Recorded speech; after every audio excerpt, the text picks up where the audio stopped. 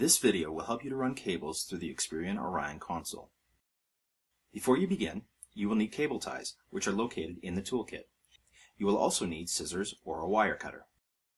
To make it easier to manage the cable runs, remove all cable covers from the Experion Orion Console. Starting at the rear of the slat rails, remove the slat wall back cover.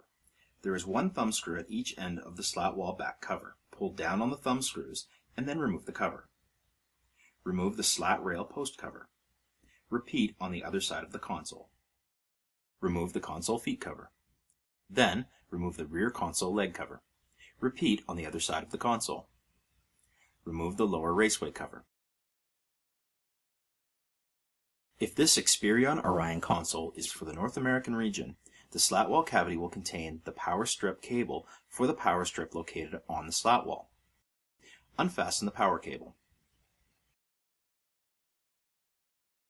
Pull the power cable end through the slat rail into the slat rail post and down into the flexible cable track. Thread the cable through the flexible cable track and then over and down into the console leg.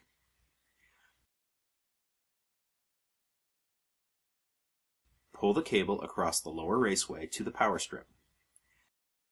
Push the power cable plug into the power strip. Repeat these steps for the slat wall power strip on the other side of the console. If this Experion Orion console is for regions outside of North America, the flexible cable track will contain the power cable for the slat wall power strips. Pull the cable up from the flexible cable track and into the slat rail posts. Pull the cable across from the slat rail posts and into the slat wall cavity.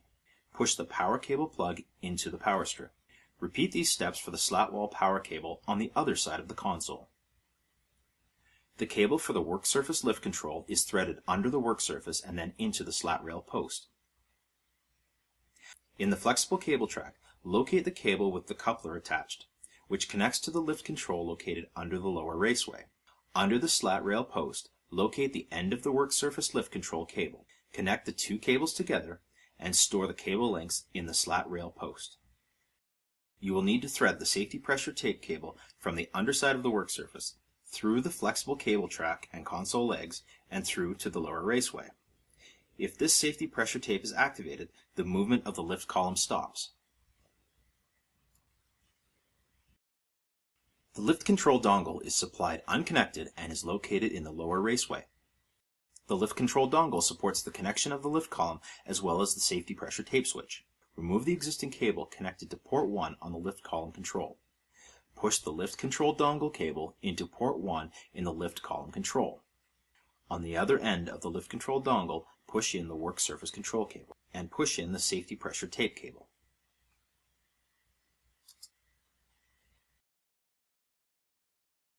In each flexible cable track is an alarm light cable that needs to be connected to the corresponding cable located in the slat wall cavity. Pull the alarm light cable up from the flexible cable track and into the slat rail posts, and then pull it across the back of the slat wall cavity.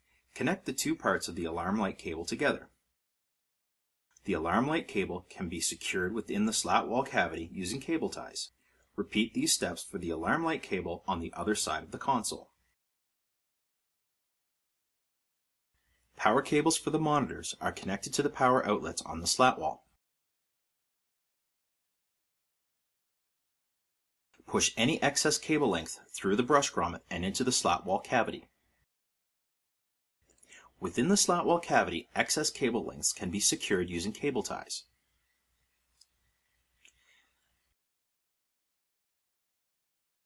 HDMI monitor cables are threaded through the brush grommets into the slat wall cavity.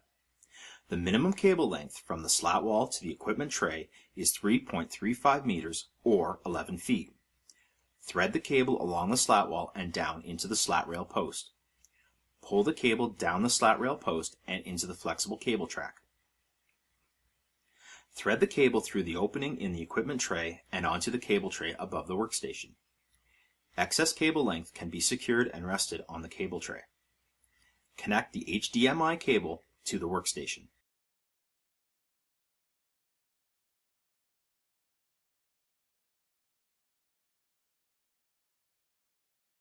USB and other device cables are threaded through the opening under the work surface power socket lid. Open the work surface power socket lid and thread the cable through the opening. You can move the cable along the work surface slot to the required location. Under the work surface, thread the cable through the under work surface cable management and into the flexible cable track.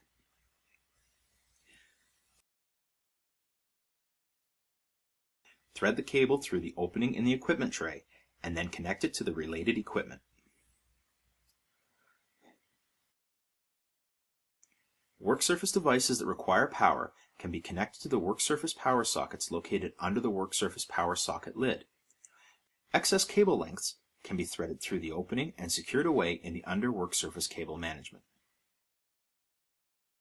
The power cable for the work surface power sockets is secured to the work surface. Unfasten the cable. Pull the cable down into the flexible cable track. Thread the cable through the opening in the equipment tray and then push the power cable plug into the power strip.